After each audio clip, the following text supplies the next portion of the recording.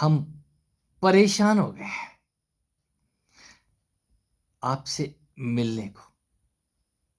और एक आप हैं, आप कहते हैं आने की जरूरत नहीं है, वहीं बैठो, हम वहीं आ जाएंगे। जब आप आ गए हैं तो अब इतना बताते जाओ, ये कब तक चलेगा? हमारे गुप्ता जी, कुणाल कुणाल गुप्ता, बोकारो वाले, सुन रहे हैं इस बात को। उनका कहना, भगवान शिव की आराधना रंग लाई है। इस शरीर अब मस्ती में झूमता रहता है। और जब से देख लिया है, तब से आपका सानिध्य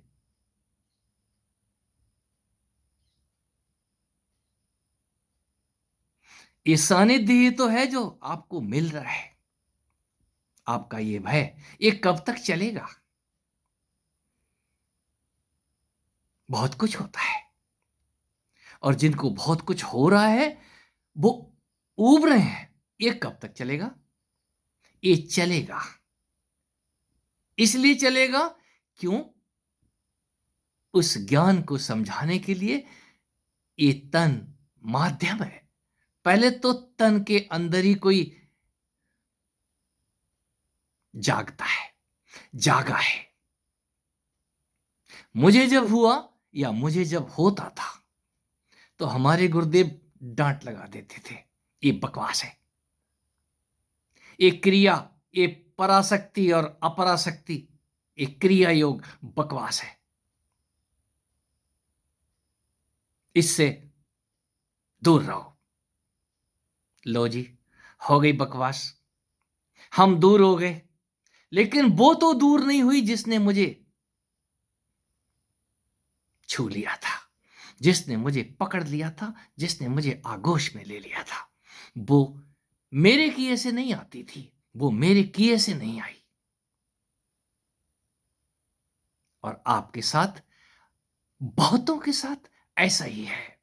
ये ज्ञान इतना अनंत है, कोई ये बोले मैं शिखर पे चढ़ गया हूं ज्ञान के और ज्ञानी हो गया हूं, सब कुछ जानने लग गया हूं। भूल जाओ। उस शिखर से आप ज्यों ही उस शिखर पे पहुंचेंगे, तो आपको उससे भी ऊंचे शिखर दिखाई देंगे। बाहर की दुनिया में भी ऐसा ही है। आप किसी शिखर पे चढ़ के देखो, पर्वत के किसी चोटी पे चढ़ के देखो, और मैं चढ़ा हूं। मैंने वो शिखर भी देखे हैं जहां से समस्त शिखर एक जैसे दिखने शुरू हो जाते हैं। वो चोटियां, वो पिंपल्स, उस तिब्बत के पठार, सभी चोटियां लगभग एक बराबर दिखती थी, एक आध को छोड़ के। और सबसे ऊंची चोटी पे मैं चढ़ा बैठा हूं। कारण क्या है?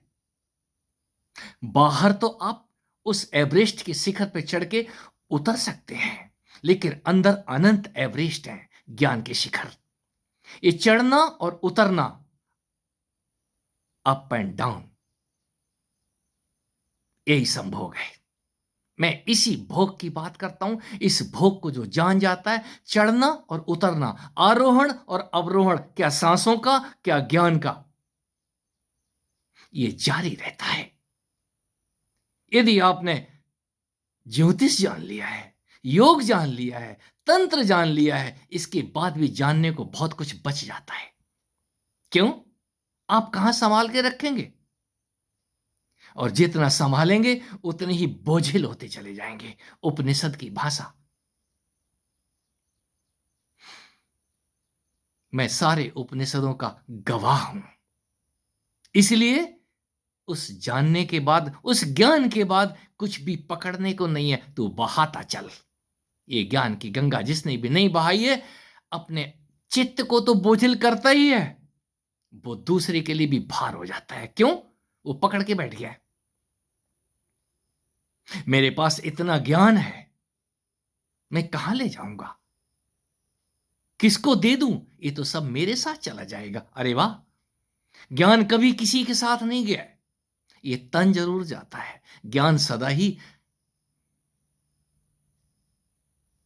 यहीं रह जाता है।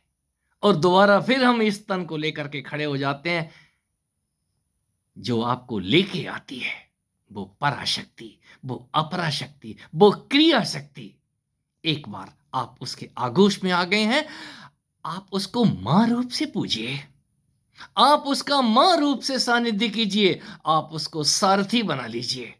फिर आप आराम से दुल्हनिया बने, चाहे वो महाभारत का युद्ध क्यों ना हो रहा हो, वो धनुष और बाण, एक क्रिया, ये शरीर का संचालन, इसमें ध्यान भी, वो समाधि भी, मैं किसी गिनती में नहीं लेता हूं इन चीजों को। आपको भी कहता हूं, इस मैं को विसर्जित तो करो। ये मैं से बड़ा अज्ञानी और मैं से बड़ा ज्ञानी यहां कोई नहीं है। यही मैं भारी पड़ता है। सब कुछ तो छोड़ सकते हैं, ज्ञान छोड़ सकते हैं, धन छोड़ सकते हैं, मान छोड़ सकते हैं, लेकिन मैं नहीं छोड़ता। ये मैं ही विसर्जित होता है। ये मैं ही तीर की नोक पे चढ़ के फायर कर दो, फेंक दो, फेंक के देखो, वो दोबारा फिर आ जाएगा उस नाग।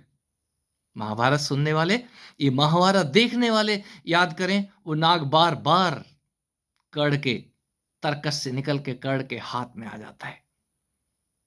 कर्ण एक बार तो चला देते हैं अज्ञान में, लेकिन अगली बार मना कर देते हैं, नहीं, मैं युद्ध जीतने के लिए किसी दूसरे का सहारा नहीं लूंगा। तो ज्ञान रूप बदल के आ जाएगा, कुछ और लड्डू पेड़े दिखा के आ जाएगा आपको। ऐसा करोगे तो ऐसा मिलेगा, ऐसा करोगे तो आपको ब्रह्मचर्य की प्राप्ति हो जाएगी और आपको अखंड सिद्धियों के स्वामी हो जाओगे। आपके नाम के आगे पता नहीं क्या क्या लगेगा। अब मैं क्या बता दूं, मैं तो इतना ही कहता हूं, जिनको हो रहा है या तो होने दीजिए, वो रूप बदलेगा, और जब वो रूप बदलेगा आपको पता भी नहीं चलेगा। आप यदि जागे रहे, उस जागेश्वरी की कृपा से धन्यवाद दीजिए, वो आपको नित्य जगाती है, इस घड़े का नित्य निर्माण करती है, इसको नित्य सजाती है और नित्य ज्ञान रूपी जल भरती है। हम उसको रिसने कहां देते हैं, मित्रों, छेद कर दीजिए, ज्ञान को बह जाने दीजिए, वो ऊपर से पुनः भर देगी। वो ज्ञानेश्वरी है, वो योगेश्वरी है। कहीं उसी के उठाए कोई योगेश्वर खड़े हो जाते हैं सुदर्शन लेकर के, एक के साथ दोनों जुड़े हुए हैं। उस आराध्या को, उस राधा को जानो तो सही, उस मां पार्वती को, इस शरीर रूपी पर्वत को वो हिला रही है, घुमाई चली जा रही है, और आपको लगता है कि आप झूम रहे हैं मस्ती में। किसकी मस्ती में? किसी ने पकड़ लिया है। मैं उसी को गुरु कहता हूं। वही तो है जिसने थाम लिया है, फिर किसी से बाहर मिलने की जरूरत नहीं है आपको। बस अपने आप से मिल गए हो, अपने ही पैर पकड़ के मालिश शुरू कर दो, सजदा शुरू कर दो वहीं से। बाहर पकड़ोगे तो बाहर के गुरु, मैं भी उनमें से, मैं कोई गुरु बुरु नहीं हूं। अभी तो चेला बनने के लिए सोचा भी नहीं है, बन गया था एक बार, लेकिन बनने से पहले मुझे बिगाड़ दिया गया। मैं बिगड़ा हुआ हूं, और जब बिगड़ा हूं तो अस्थि पंजर संभालता नहीं हूं, वो अपने आप इस यंत्र को जोड़ दिया जाता है नित्य। और कब तक जुड़ा रहेगा मुझे इसकी परवाह नहीं है। ये काम मुझे नित्य मिलता है, और आपको भी। हम सबको वो मां, वो बापू काम देते हैं। हम काम को कितना समझे? हम काम को काम कहां समझते हैं? उस काम के खेल में इतने गुम। कोई काम काम समझने के लिए, कोई पांडु, महाराज पांडु की बात करता हूं, कुंती को छोड़ के उस खूबसूरत माद्री के पीछे पड़े रहते हैं, और काम करते ही उनका काम हो जाता है। यहां जो भी साधने आया है, यहां साधता तो कुछ भी नहीं है, काम तमाम हो जाता है। मित्रों, साधते मत रहना, इस साधना के साथ बहना सीखो। एक बार यदि जल गए हो, तो वो जलन आपको अगले स्टेप की तरफ लेकर के जाएगी। कोई गलतियां करके ही, कोई गिर के ही शिखर पे पहुंचा है, कोई हिम्मत ही ना जुटाए तो शिखर तो नहीं चलेगा। आपको चलना है, आपको ही चलना होगा, कोई आपके बदले नहीं चलेगा। और जब आपको चलाने लग जाए कोई, तो आप उसी को गुरु समझ लेना। मेरी शुभकामनाएँ हैं, जिनको छू लिया गया है, जिनको पकड़ लिया गया है, जिनके तन को हिलाया जाता है, ये शुभ है।